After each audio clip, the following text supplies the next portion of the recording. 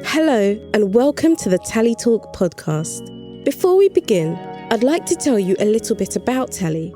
We're a mental wellness startup specialising in anonymous group conversations called Tally Talks. Our weekly Tally Talks provide our members with a safe space to speak and listen in a discreet setting.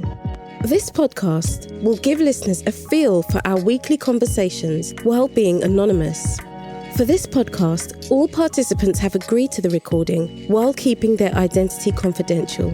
What you are about to listen to can be found sensitive and distressing. Please be advised to read the podcast description and respect the confidentiality and anonymity of the conversation. If you would like to attend a Tally Talk, please visit www.tallyapp.com and click Join a Tally Talk. Or if you would like to take part in the podcast, get in touch at hello@tallytalk.com. All links can be found in the bio. Thank you and enjoy. Good evening, everyone, and welcome to today's episode of Tally Talk podcast. The subject today is women's health, your body and your mental health. And today I'm really excited to have some wonderful guests join as we embark on a little bit of a inner look at how we approach ourselves when it comes to health and body wellness from the female side of things. I like to always ask my guests to introduce themselves, tell us a little bit about yourself, and just share with our audience and listeners what it is that brought you to this conversation today. So, Avi, would you like to start? Sure. My name is Avi. I am a mom of 4, and I married my high school sweetheart. We've been together since I was 16 and he was 17. And it's funny because we didn't want to have kids until we were 30 or get married until we were 30, but somehow we had 4 kids by the time we were 30. So it's very interesting how those things work out. I was invited to this Tally Talk because I was diagnosed with breast cancer on November 18th of 2020. And so I am walking that road right now. Thank you. Oh, thank you so much. I'm really looking forward to getting into that talk with you. I think you've got some great things you'll share with us today. And thank you for joining us, Pip Wills. Would you mind just introducing yourself to us and telling us a little bit about yourself? Hiya, I am Pip Wills. I'm a mum, a wife, and a physio. I've worked in the NHS for about 10 years, maybe more, couple years more. And always had a keen interest in health in general. When I became a mum, that's when more of my women's health interest kind of kicked in. And also Blondie, do you want to share with us? Hi, I'm Blondie. I am 21 years old and I've just come out of a relationship and I feel amazing, which is rare, but it's great. I've been focusing a lot on gratitude recently, which has really helped with my mindset and my mental health. So I recommend it to everyone. And I'm joined here today because I am extremely passionate about mental health for everyone. And back in 2015, I lost my brother to suicide and anorexia and schizophrenia and things like that. So I sort of jumped in a little bit of mental health and I did a few courses on it. And I obviously experience a lot of ill mental health. So does my family. And I want to raise awareness wherever I can. So men, women, children, everywhere. Oh, thank you so much. That's a big leap that you took in there for some really big reasons, actually. So let's have this conversation, ladies. Oh, just quickly, I'll introduce myself. As you already know, my name is Raquel, and I am here today hosting this wonderful little chat that we're having. And what brings me here, other than the fact that I am your host, is the fact that I am a woman. I have all those bits and bobs to deal with and all of the wonderful stresses of daily life, as well as being a mother of 2 lovely children and raising them on my own, and quite happy about that. So yeah, let's kick it off with a little bit of a conversation to do with what are some of our health issues as women that we deal with and we forget to deal with actually until it gets kicked off. So what do you forget about until either someone tells you, hey, have you taken care of that? Or you get a letter from your doctor saying that you need a checkup for it. Anything in particular, ladies? I'd probably say, like my mental health in general. I think I'm a massive people pleaser and I'm always there for others before I am myself. So I'm quickly burnt out by it. And I know my mum picks that up quite quickly and says, you need to start taking care of yourself.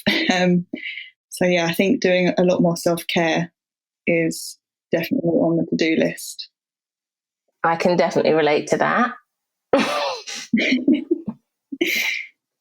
And Avi, what about yourself?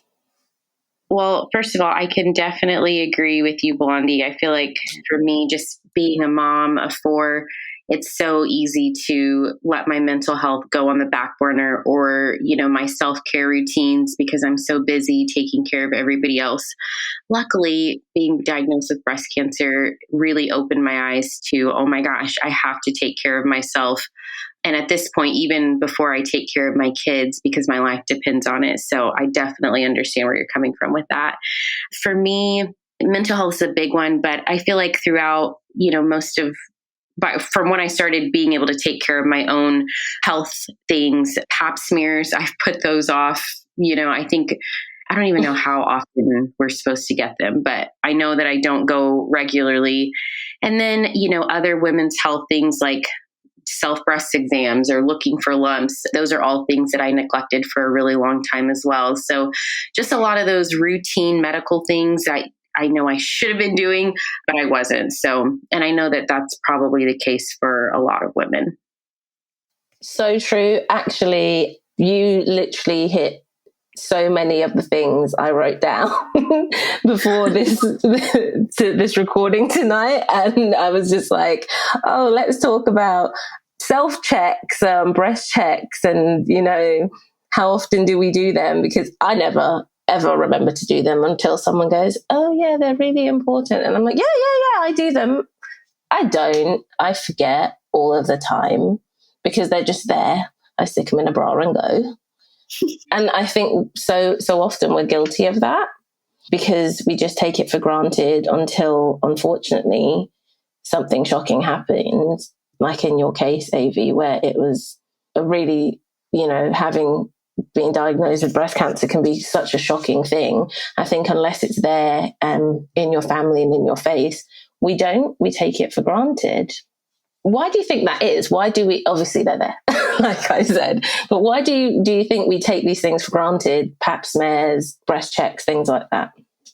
I think a lot of it is just that, at least for me, I can only speak for myself, is that I just didn't think that it could happen to me. Like literally, I thought that I could, I would be hit by a bus before I would get diagnosed with breast cancer. So why would it just never crossed my mind for me to make it a priority. I was always like, oh, that's an older lady thing.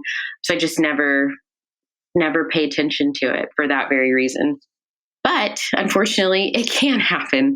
And now, now those things are so serious to me. I think it's so important that as soon as we find something that we really, take it seriously and get to the doctor immediately. I waited at least 4 months once I found my lumps. I waited at least 4 months before I finally went to the doctor. And if I would have gone in sooner, it literally would have changed everything. I've had 6 rounds of chemo. I will have a double mastectomy soon and then radiation. But if I'd caught it sooner, there's a chance that, and this is hard too, but maybe it would have been a lumpectomy and no chemo, things like that. So it's just so important that we take those things seriously. And those guidelines are definitely there for a good reason.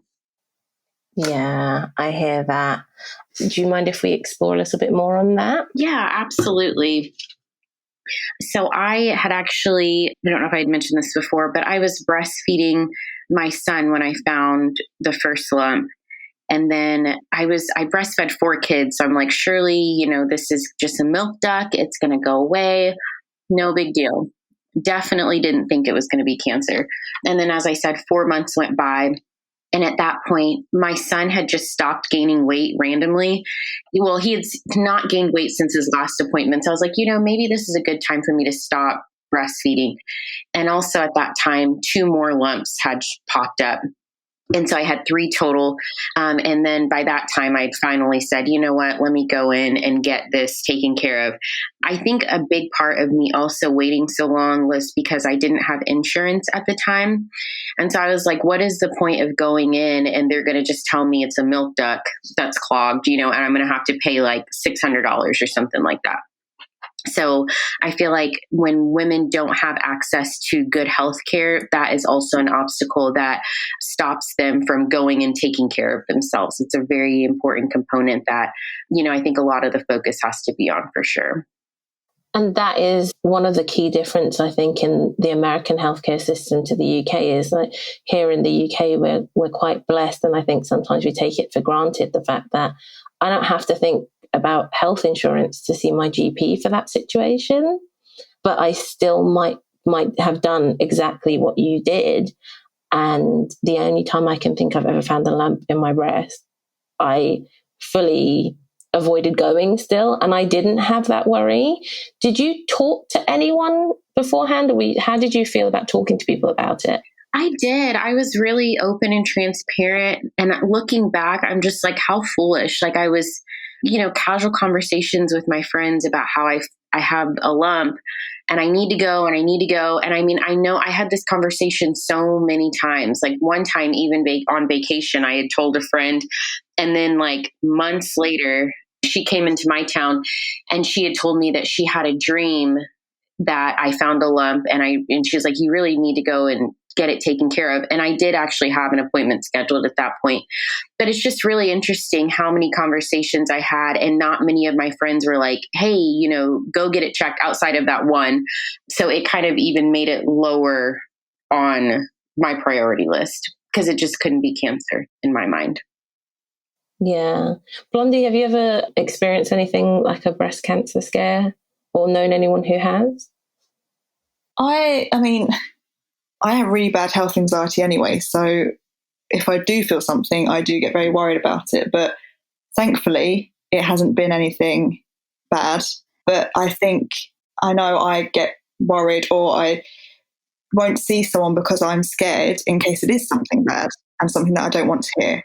And I know a lot of women go through that as well, which is sad because, we do need to go and get these checked. And we should be able to feel like we can see a doctor. And it's sad that we think of the worst case scenarios all the time. But I think fear is such a big thing. I remember I was recently put on the pill and I went to see a doctor. And I was just asking her general questions about, like bleeding and stuff, like not regular bleeding, but sort of bleeding throughout the first month. And I heard that it was quite normal. Brought it up to her anyway, and I thought, maybe this isn't the right pill for me. And she just straight up said, well, I think we should check to see if it's cervical cancer. And as you can imagine, I was like really upset, and I ran to my mum and I got very tearful. Thankfully, it wasn't that. But even just the thought of like thinking back to it now made me really panicky. But yeah, luckily I have had nothing bad, touch wood, recently, but that I have still had scares. And I've still been put off to go to the doctors in case it is what I don't want to hear. Pip, I'm going to ask you, because you work in the NHS, is that quite common? Do you hear that quite often from women about taking care of their health in that way and avoiding it for those kind of reasons? Yeah, I think it's super common in all age ranges, actually, that kind of fear avoidance mentality in regards to the doctors and your health. And I think working in the NHS is that balance, and some people get it right, some people don't, about information and how much information you give a patient and when it's appropriate. Because if you give them that big scary news straight away, worst case scenario, you do run the risk of just then scaring people off completely to just being informed and having the right information.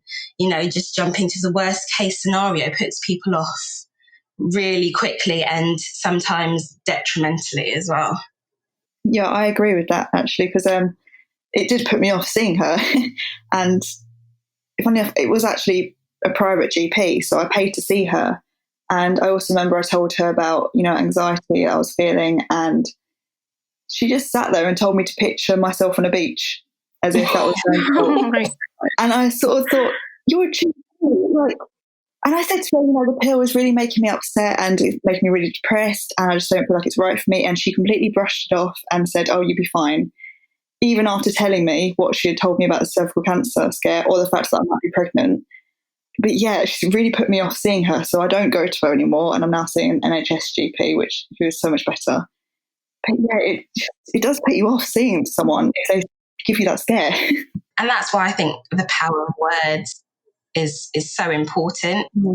If you can just say a small thing that puts someone at ease and just puts them in the right mentality to hear the information. I think it's a skill in the NHS most people have, but not everyone. Yeah. Well, and Blondie, good for you though for finding another doctor, because I think a lot of women, they stay with a doctor that may not, handle the situation that they want to. And that when we do that, we lose our power that way. So I feel like it's so important that we use our voice and advocate for ourselves when we're at the doctor, and everything that they say, it doesn't necessarily, we don't have to take it as bond, or we can go to another doctor and get a second opinion if we want to. There's so much power in that. After I got diagnosed, I had my first appointment the next day was with a doctor telling me that I very well could have stage 4 cancer. And that was stage 4. That was the scariest thing I could ever hear. And I did find a new doctor. I ended up having to go back to that doctor, and it works out great now. But just want to say, it's just so important that we advocate for ourselves and really find doctors that are going to listen to us, get us the right tests that we need, and so on and so forth.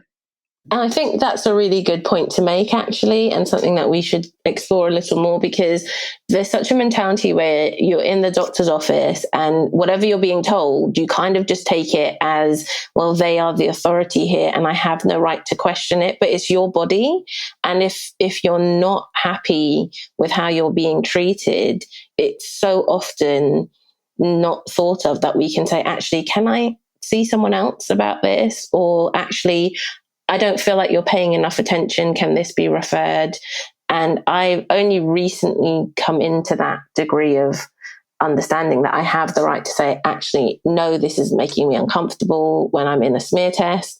Could you change the size of the, whatever that little thing that looks like a duck is called? A speculum. Thank you. Thank you, Pip. And, just simple things like, actually, I know this pill is making me feel in a way that isn't okay, and sitting and thinking about being on a beach is not helpful. So could you please either refer me to someone else or do something more for me? Right. Yeah. And recognizing we have that right is, as you said, Avi, really important.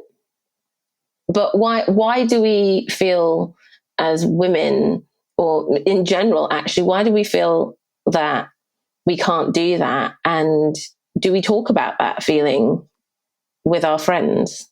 Moonstruck, your hand went up. I just wanted to, I think so. You guys just mentioned something about changing the size of what did you call it? Is it that thing where they insert into your private parts to kind of, I never knew that you could ask for a different size. Me neither. Yeah. Pip, do you want to?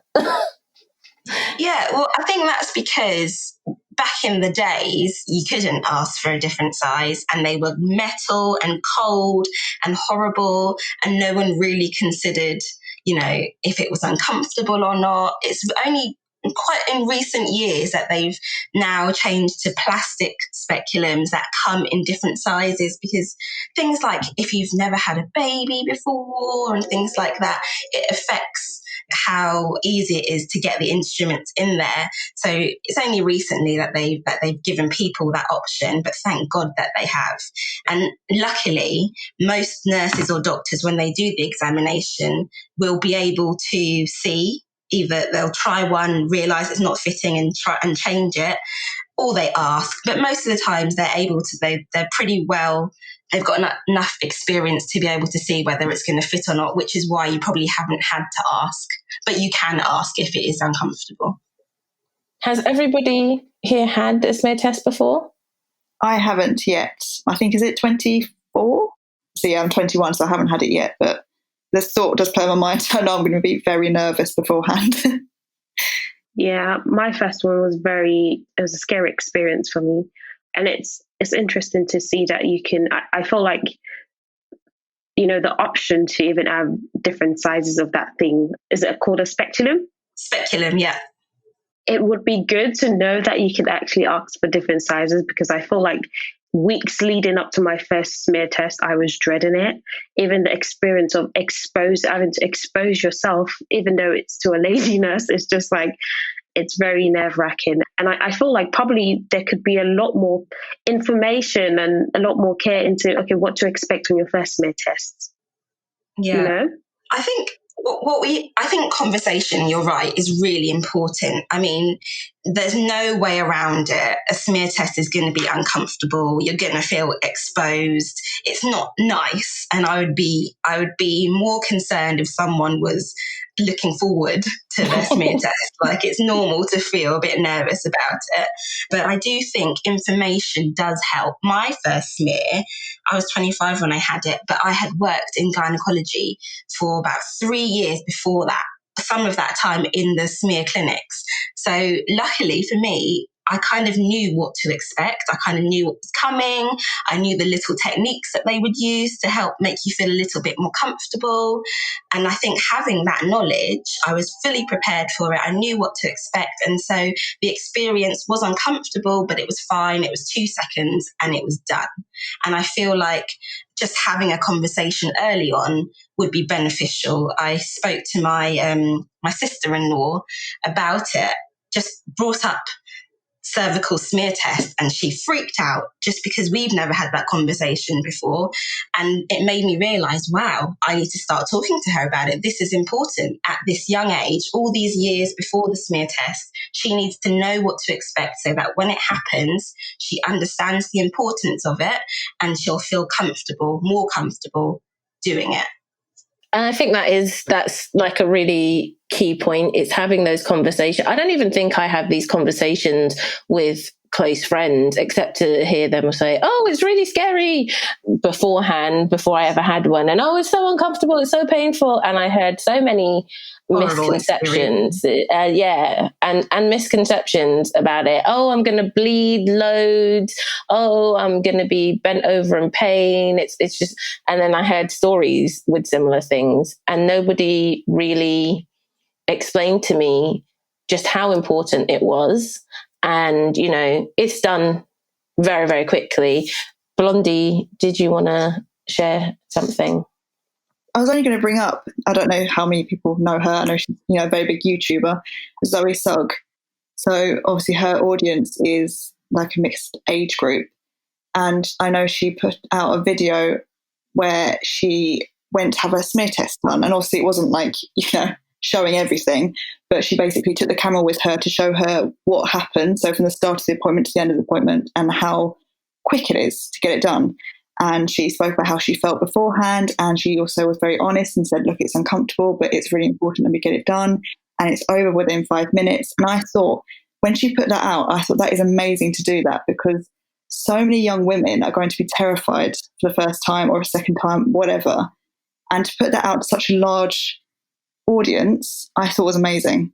So yeah, I think it's great to be able to speak out about this and raise awareness for it. I agree with that so much. Yeah, it is. I think that especially these days, and especially in America, I feel like the way that the messaging for how we need to proceed with our health, like guidelines and recommendations, they're not necessarily communicated to people my age, at least, in a way that reaches us. So for example, right now, like when you go to the doctor, they have all those brochures in there and they talk about the guidelines, but like who our age really is grabbing those and reading them, So I like for me, I've made it my mission to really share my journey on social media, because I truly feel like that's the way that we make change and we get other women to listen to their bodies, go in for those checks and so on and so forth. Because if we count on the government, especially like in America, they're just putting it up on their website, or it's in a way that we're not consuming the information. And I feel like that's a huge detriment to our generation. So yeah, I just absolutely love that, because I feel like, we need to share our stories to get other people involved in their health. Mm-hmm. Yeah, absolutely. Moonstruck. Another thing I kind of find is, especially with like smear tests and like, cervical cancer screening, like there's not a lot of light shed on HPV, for example. I remember in secondary school, there were loads of, in terms of STIs and STDs, there was a lot more information shared around all other kind of STIs and STDs, but I never actually got to learn about HPV and how HPV can obviously develop into sorts of cervical cancer. And I think a lot of young people do not know about HPV. I'm not sure they do, because I only found out about it right before I had to, take my smear test, my first one. I can speak on personal experience with this. So last year, I went for the second smear test I'd ever had in my life. And I thought it was just going to be the run of the mill like the first one was. And it was, until the test results came back. And HPV wasn't even talked about when I was in high school. It wasn't a thing.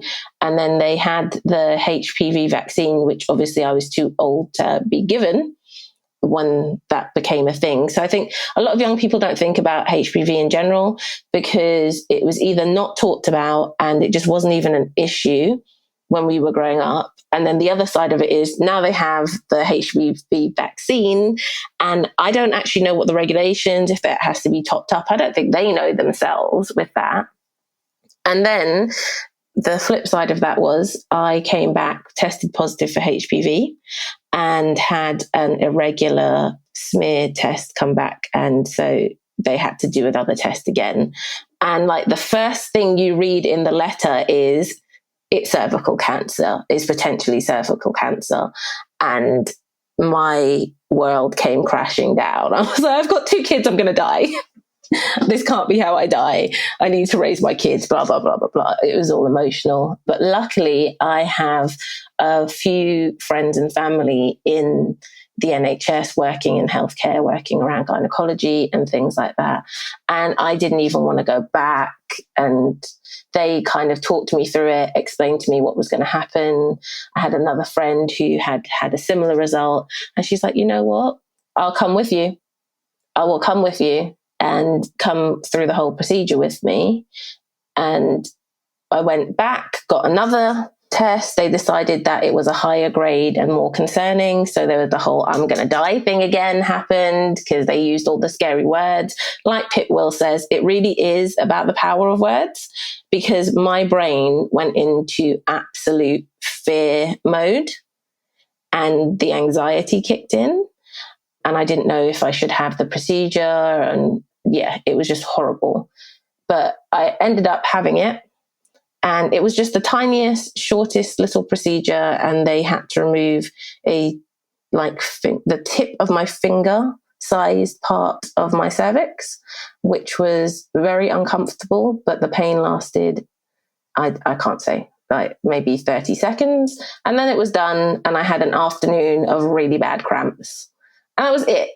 But that procedure potentially saved my life, because if I had not gone for that smear test, if I had ignored all of that, I wouldn't know about HPV. I wouldn't have known that this issue was happening. I wouldn't have known I was dealing with any of those things. HPV is gone. I'm clear of that. And I haven't had an irregular smear test since then, because I had to have a checkup 6 months later. So I'm all good. But that story could have gone completely different. And it nearly did, purely because I'd never had those conversations before. I never worried about it. When I did, I didn't even want to tell anybody that it came back irregular. I shut down completely, was kind of embarrassed as a grown woman and was really, really scared. And I think if I hadn't been brave enough to have the conversation, and thank God I had the right people to talk to, and it's about finding the right people to talk to. Yeah, I totally agree. And it's about, just back to what AV said as well, in terms of like putting things off because you think, oh, it's probably not what it is. I know one thing is like looking at the breast cancer like videos where they kind of teach you how to touch your breast to find lumps. I can never ever, when I try that, I can never ever say if there's a lump. Everything just feels kind of lumpy or somehow in there. And it's funny because they say, oh, you should just know yourself. But we don't.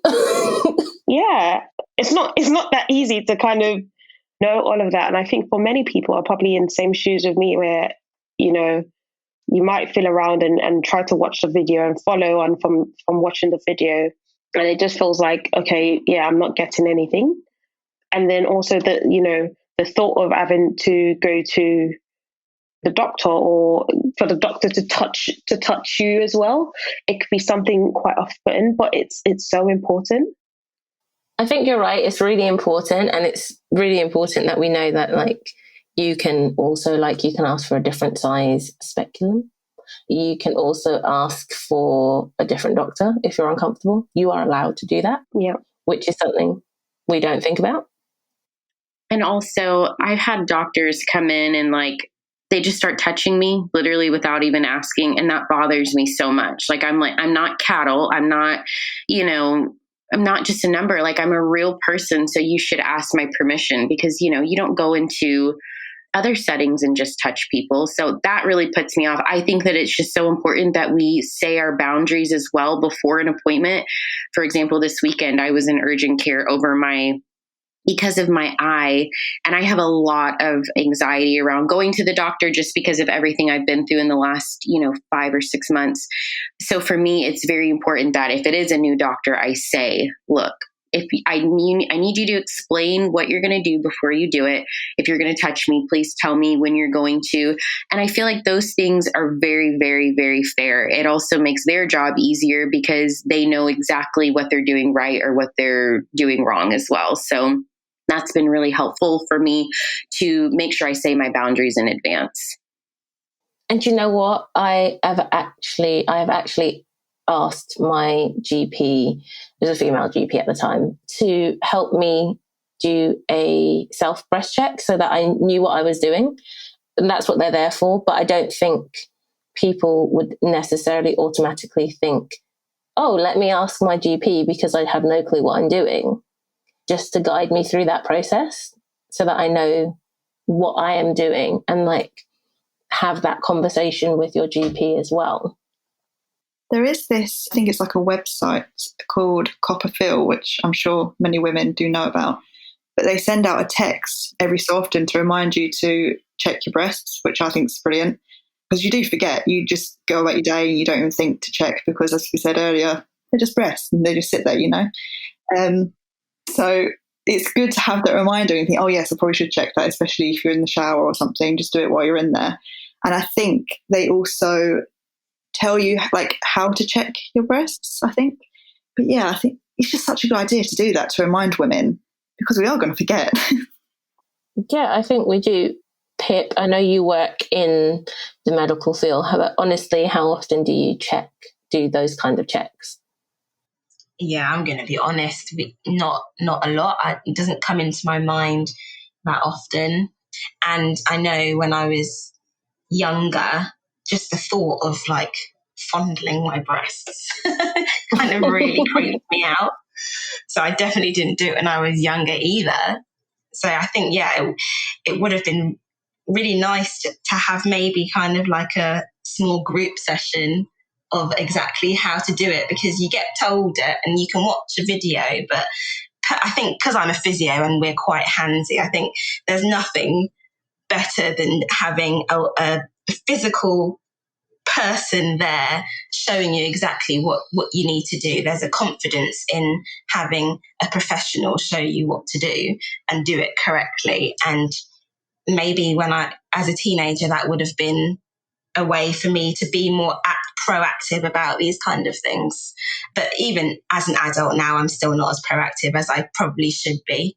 Yeah. Who knows what it's going to take for us to really get proactive about these things. Do you think we should be having, we have health classes and stuff in high school and stuff, but do you think that those are the things that they maybe need to do more frequently in high schools, and just make that conversation a bit more frequent? And like you said, actually go in and teach girls how to do this on like small group scales, maybe even encourage, okay, I don't want to have that conversation with my mum, but I would have maybe been fine if one of my aunts had that conversation. They would have still made it embarrassing, but it would have been a laugh.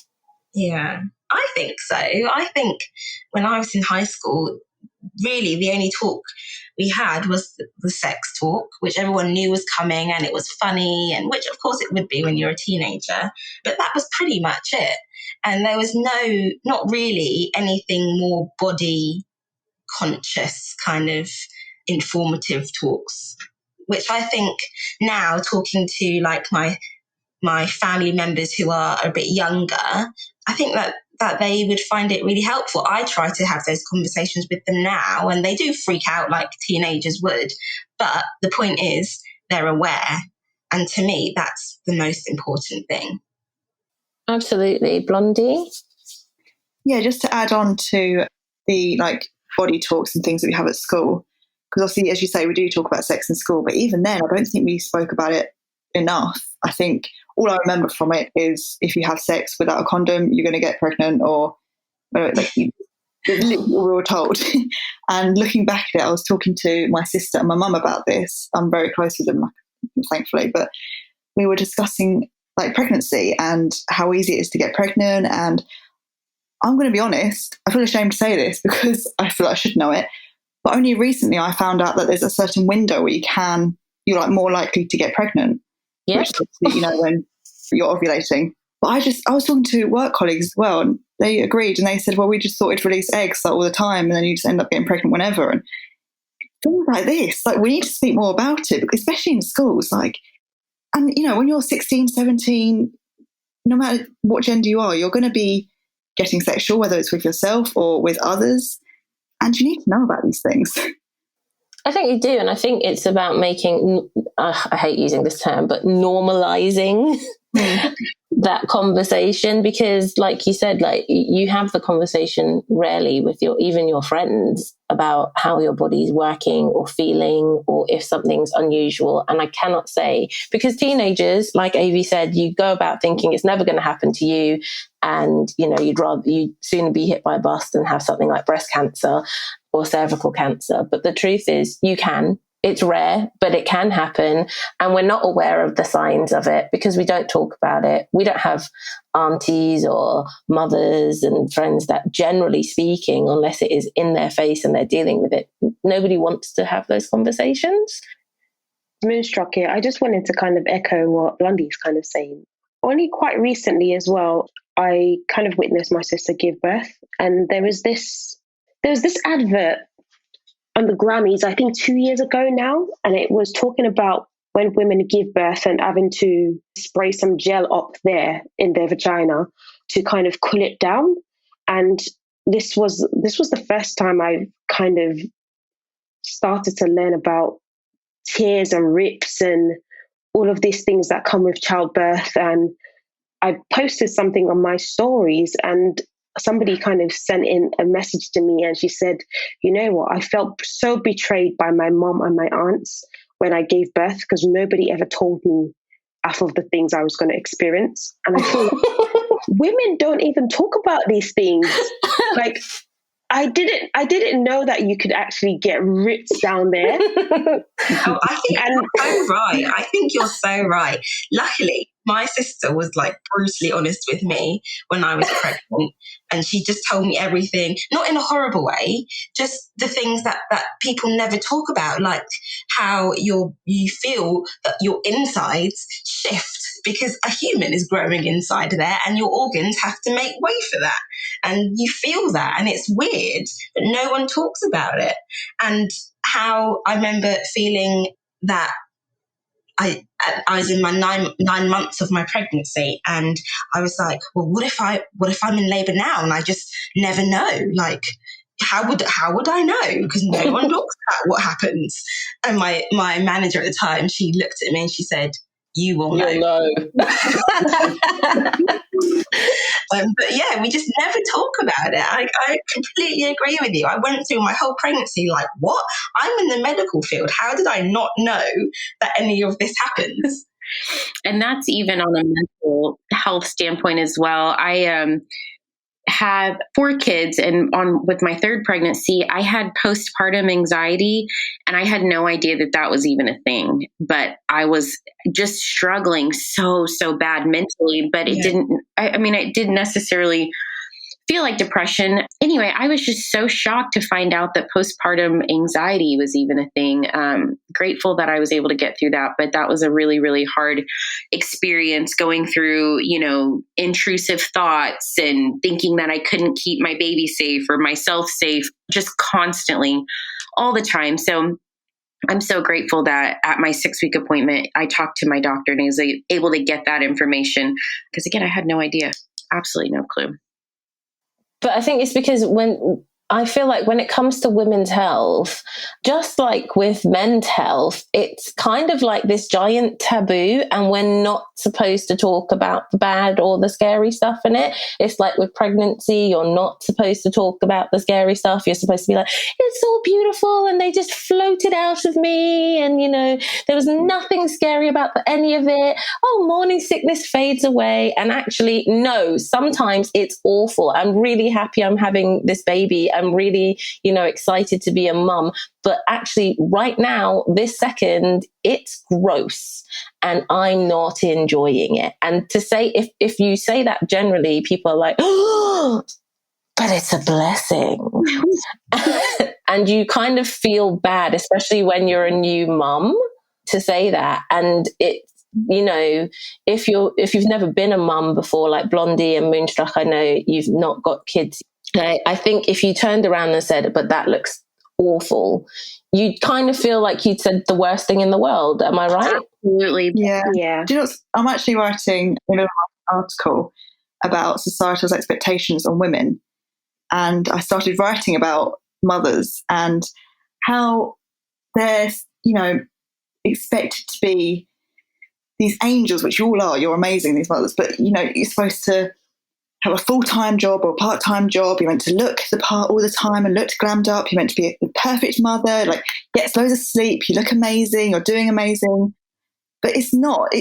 I've seen, people I know, I've seen as mothers, they struggle, especially with sleep, and they don't want to look the part all the time. They don't want to be glammed up. They're looking after a child, for goodness sake. And it's just, I started writing all these things about how there are certain expectations of women and how they should act, how they should behave, how they should look. And sometimes you just got to stick a big middle finger up to them and just say, this isn't how it is. This isn't reality. And even I've seen mothers on social media target other mothers and say, you're doing this wrong or you're not doing that right. Yeah. Crazy. Who's to say that there's a right or wrong in parenthood? Because I don't think there is. There isn't. The mum shaming is the worst. It's an exhausting job to be a mom. And I think, we all do the best you can. But it's so true. It's like you have a baby, push a whole human out of your vagina. And then next thing you know, you're supposed to be snapped back to your original weight and doing all the things. And you just pushed a child out. It's absolutely crazy. And it took me until I had my 4th kid to realize, oh my gosh, my body needs rest. Like, lay down. It's going to be okay. Even the amount of rest that I probably got is not enough, because you have a newborn, there's other children, all of that. But still, it's like trying to rest and listen to your body when you have a baby. Gosh, it just makes all the difference to let, all the pressure go and really just focus on the baby and your body healing. And I think that pressure there is what distracts from us taking care of ourselves in the other ways, like the physical care of ourselves, that actually that lump needs to be looked at. Actually, this discharge or this bleeding is unusual and I need to question it or talk about it, because we don't want to share those things, because we feel like we're not meant to, or it shouldn't be happening, full stop. Right. I think you should start it at a really young age. Like my husband said to me the other day, oh, what should I call our daughter's private areas? And I was thinking about it and I was like, vagina. It's not a bad word. Right. And there's no reason that she can't know it and say it and be comfortable with it, be proud of it and understand it from a young age at 1.5. But please don't let her be walking around just shouting vagina as much as I want her to be proud of it. Well, my daughter will be. Sorry. Loud screaming vagina. I think there should be more of that.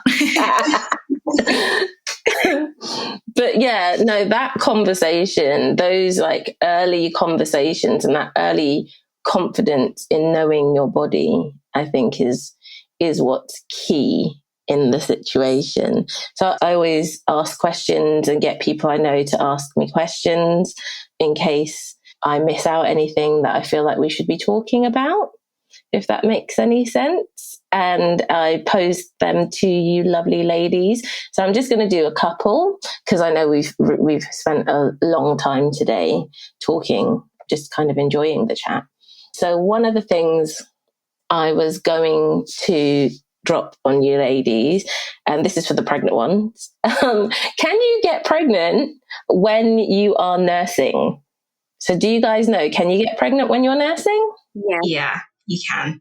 In fact, you are the most fertile at that time. Agreed. Thank you. Because honestly, I got told that you couldn't. Yeah, hormones are running around like crazy after that time. And like you were saying, Blondie, earlier, that was it you, Blondie? Was it you, Moonstruck? I can't remember, but one of you was saying that it has to be that perfect time for pregnancy to happen. Hormones have to be exactly at the right levels, and post baby hormones are rampant. So I think you'd probably be more fertile during nursing times post baby. Thank you. And then another question I got asked is, how often am I supposed to have a pelvic exam? Do you guys know how often you're supposed to have your pelvic exam? When you say pelvic exam? A cervical exam, I'm guessing that she means like a smear test? Well, I think it was 5 years. It may be 3 now, between 3 and 5 years. Did you guys know that for Blondie and Moonstruck? Did you know that? Nope, I didn't. Yeah, I've had my second smear test and I think it's 3 years now. How often, just out of interest, is it in America, Avi? I'm Googling it right now and it looks like every 3 years, starting at age 21. So now I know. And it's funny because I didn't have my first one till 25, but I saw 21 as well. And do you have to pay for that as well in America? Do you have to pay for a smear test? We do. Mm-hmm. There are, it goes through our insurance but yeah, we do have to, if you have it, but yeah, you do have to pay for that. And of course, there are plenty of organizations that help or they offer it for free and whatnot, but it's something that we have to pay for, which really stinks. Wow. And again, I think we're so blessed in the UK because I don't want to have to be paying for that. Is there anything that's prioritized in America that you don't have to pay for, healthcare wise? Not that I know of. I'm not really sure. I'm pretty sure that everything you have to pay for. It really stinks. And that's so crazy because, in the UK, you get free dental care when you're pregnant. Wow. I just add on because I was talking to my mum the other day and I was saying how frustrating it is when people, especially in the UK with free healthcare, they sort of take the piss a bit. I understand if you're genuinely concerned for your health, then by all means go and get it sorted and get it checked. But I know people who will get a little bit of a sniffle, like a little cold or sneeze a few times, and they will go and get antibiotics or go and see like A&E, just things for such small like flus basically that you just treat with paracetamol, ibuprofen, and I think that's what annoys me because it's not cheap. And especially when I hear, because I work in a private hospital, so we have NHS patients coming in and they say how much quicker it is because obviously, it's private, but they still get it for free. And even then they complain. And we get told, oh, the room isn't as we expected. I expected like a hotel room. It's still a hospital. You're not going to get that, I'm afraid. Or we get, oh, why is it taking so long for me to have this operation? Or, cosmetic surgery to get your boobs done. And you are getting this for free, like all these things. And people don't realise how much money, even to send out an ambulance. So if someone rings 999 to send out an ambulance, it's so much money each time it goes out. And things like anaesthetists or just general like drugs, or going to get your blood pressure checked, whatever, all these things cost money. And so many people just take a mockery of it and think, oh, well, I'll just go and do it because it's free, who cares? Same with vaccines. I understand people need to get vaccines, but they don't really appreciate how much money this is costing. And same with COVID tests at the moment. There's so much money. I think it's the taking it for granted and not realizing there's a number. I think if every time you went into the doctors or went to A&E or had the ambulance come out and they just gave you a receipt and just said, but don't worry, it's free, but it would have cost this, just so you know, if you had to pay for it. I think everyone would get such a shock. And I didn't realize how much I took it for granted until I lived and worked in South America for a while. I realized what the healthcare system out there was like. And I came home, I was like, I will never complain again, ever. I don't mind having to wait. It's horrible, but at least it's clean and everything's good. Yeah. And don't get me wrong, we do take things for granted. It's sort of natural to just brush it off. But I think working in healthcare myself and seeing all the nurses work their asses off, it's really opened my eyes, and hearing these patients complain. We do take it for granted, but I think this is when we need to really start thinking about gratitude and noticing how much we actually have in our life that we should be thankful for. Yeah, I think thank you, Avi, for giving us that American perspective, because it certainly made me feel a little bit more aware of the fact that, when I need to have these checks done, they're there, they're available, go and do it, because, you're taking it for granted that it will just happen whenever it happens. Yeah, absolutely. I mean, in America, it's so sad. Like if you are lower income, you guys can only imagine how long somebody in my situation would wait to go get a breast exam or, go and actually get a mammogram done because they know they're going to have to be out of pocket or whatever the issue might be. So Black America, like our numbers for cancer, they're terrible. So bad. And I think that is one of the issues. So I don't know. I wish that there was a solution because you guys are definitely blessed. We need what y'all got over here for sure. Obama was trying, wasn't he? He was, and not quite there. Can I ask a question? Yeah. So in terms of insurance, I suppose you're on insurance right now, going through your treatment process. Are you? I'm not. So we have open enrollment every November. So that means you can get on a new plan. And when I had my mammogram biopsy and all that, and it was all abnormal, well, not the biopsy, when I had my mammogram and ultrasound, when those were abnormal, I was like, I need to get insurance right now just in case this is a real thing. And so I did. I got it in November. Okay, I just wanted to ask that question. Thanks. Good question, though.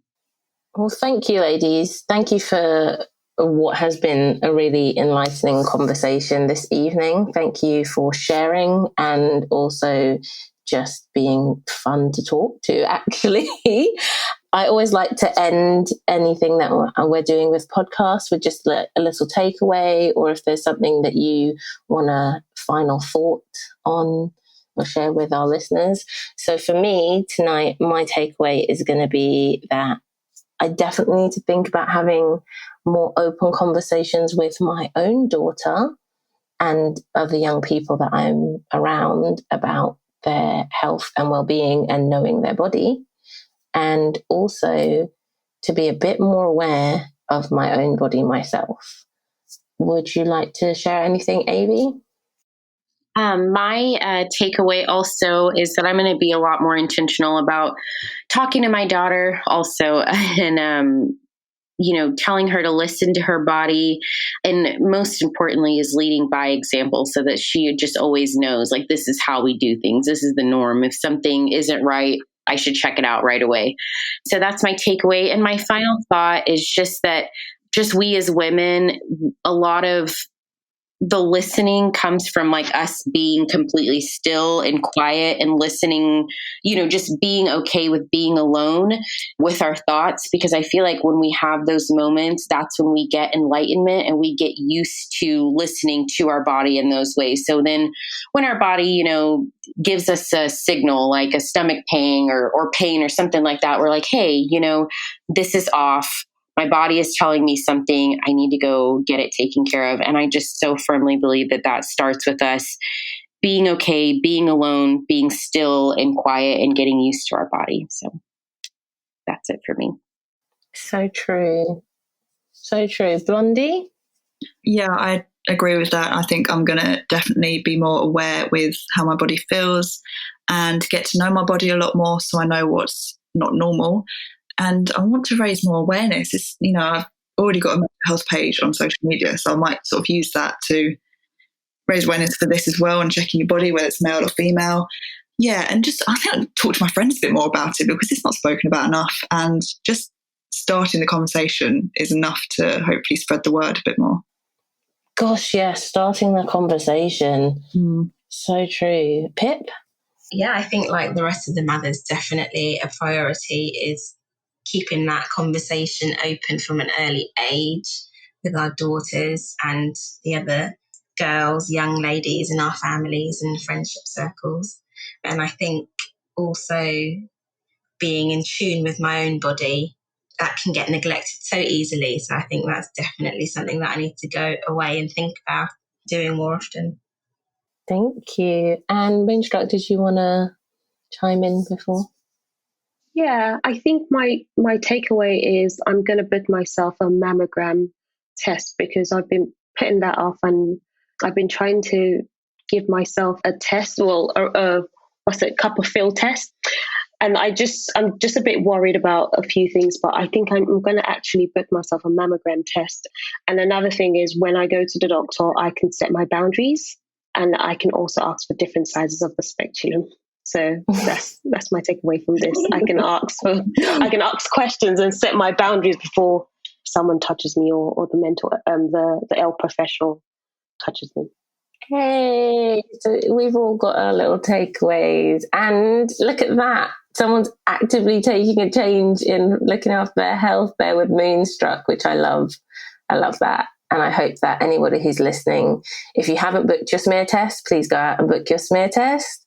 It is important. Don't put it off any longer. If you need to get that mammogram test, go and book that to your health. It's dependent on you taking yourself as a priority. Thank you. Thank you, ladies. Thank you. Okay, my checkout word is enlightened. I feel enlightened by this all. Yes, feel empowered.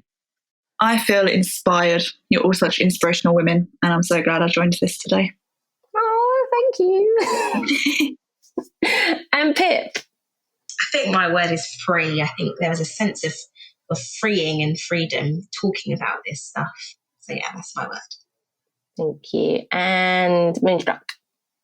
I think I'll follow enlightened. Yeah, I feel blessed to have had this conversation.